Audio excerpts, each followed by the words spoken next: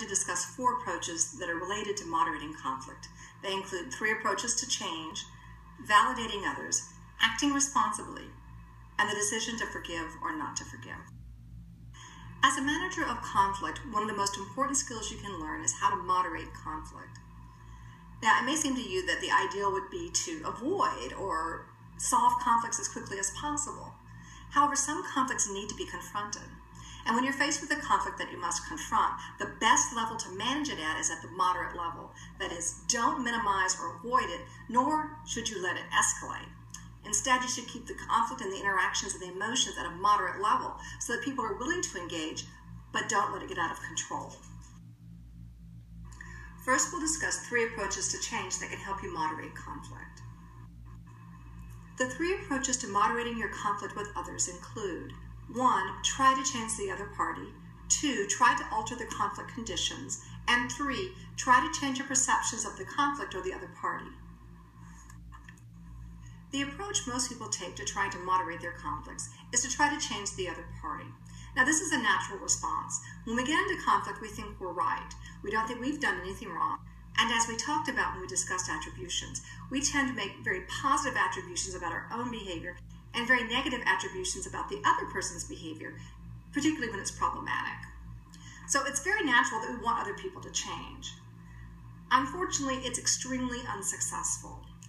There are a couple of reasons for this. The first is, if you ask someone to change, it's often viewed as a rejection.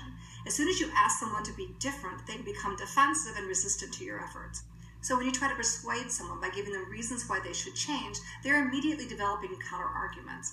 They, of course, just like you, don't see themselves as the problem. They see you as the problem. And so from their point of view, you're the person that should change. Well, of course, if you're each trying to change the other person and not trying to change yourself, that's not really going to help the situation very much.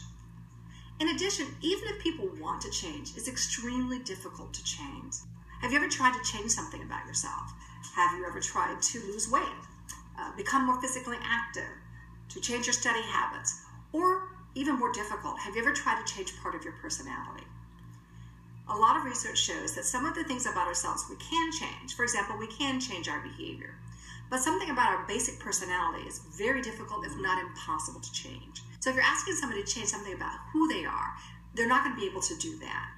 However, they can change their behavior, but in order for that to happen, they have to want to change. And typically, we don't change for other people. We only change for ourselves. Of course, there are exceptions, but most of us don't change for others. We only change when there's such a significant need in our own lives that we change for ourselves. And when you're in conflict with someone, that person typically is not viewing themselves as someone who needs to change or who should change. So asking or trying to change the other party to change the conflict typically is not going to work.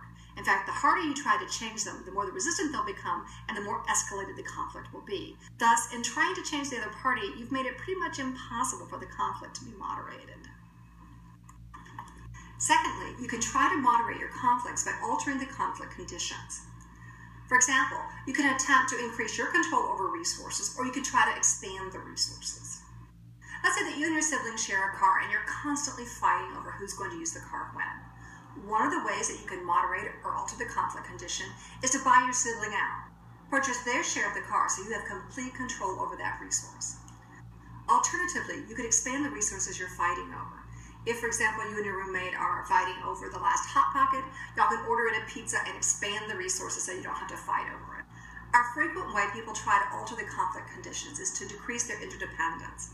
If your boss drives you crazy and you can't get along with her, one thing you can do is find another job. You can decrease your dependence on that person by finding another boss who you don't mind having more interdependence with. If you and your roommate fight about how clean the apartment is, you can move out. Or you could hire someone to clean the apartment once a week, so you're no longer dependent on that person's contributions to house cleaning. Thirdly, you can alter your goals. A goal that most employees have is to get a raise. In tough economic times, however, it can be difficult for the boss to give you one. So how can you alter your goal? Well, if your goal is to get a raise and you can't accomplish that, you might change your goal to something that would be equally valuable to you. So you might ask for more vacation time. You might ask for a promotion. You might ask for better hours. In other words, you can change the conflict by changing your goal. Because it might be easier for your boss to give you more time off or to change your hours or even to give you a promotion than it is to give you a raise. And finally, related to the independence issue, you can attempt to reduce interference. If your parents frequently interfere in your life and your goals and what you want to do, a way that you can reduce that interference is to pay for your own way to school. If you're completely financially independent, most parents will become less interfering. So often you can reduce interference by becoming more independent. For another example, if you frequently tell your friend your problems and instead of listening and be supportive, he tries to tell you what to do and gets upset when you don't do it, you can reduce that interference by not talking to him about your problems. Although it's not always possible to alter the conflict conditions, it is more likely that you'll be able to do this than you will be able to change the other party. A third way you can moderate or change the conflict is what we call the humility option, and this is usually the most successful. We call it the humility option because it has to do with changing some aspect of yourself. And if you think back to one of the first lectures in this class, you'll remember that we talked about the lenses we use to view conflict.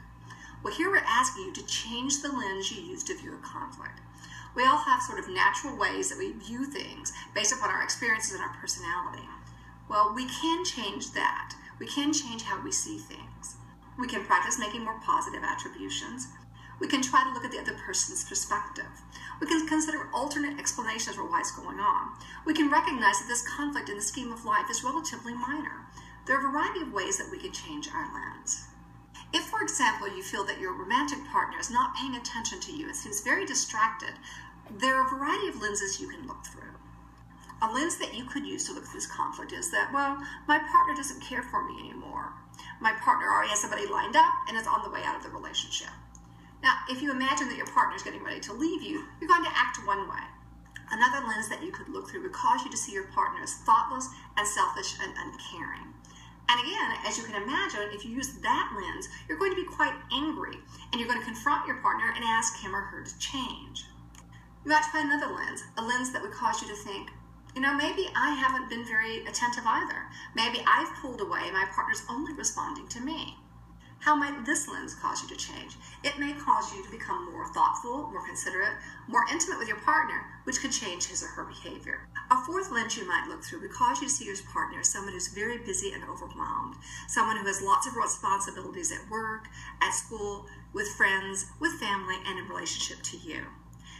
Now, how might that lens cause you to respond?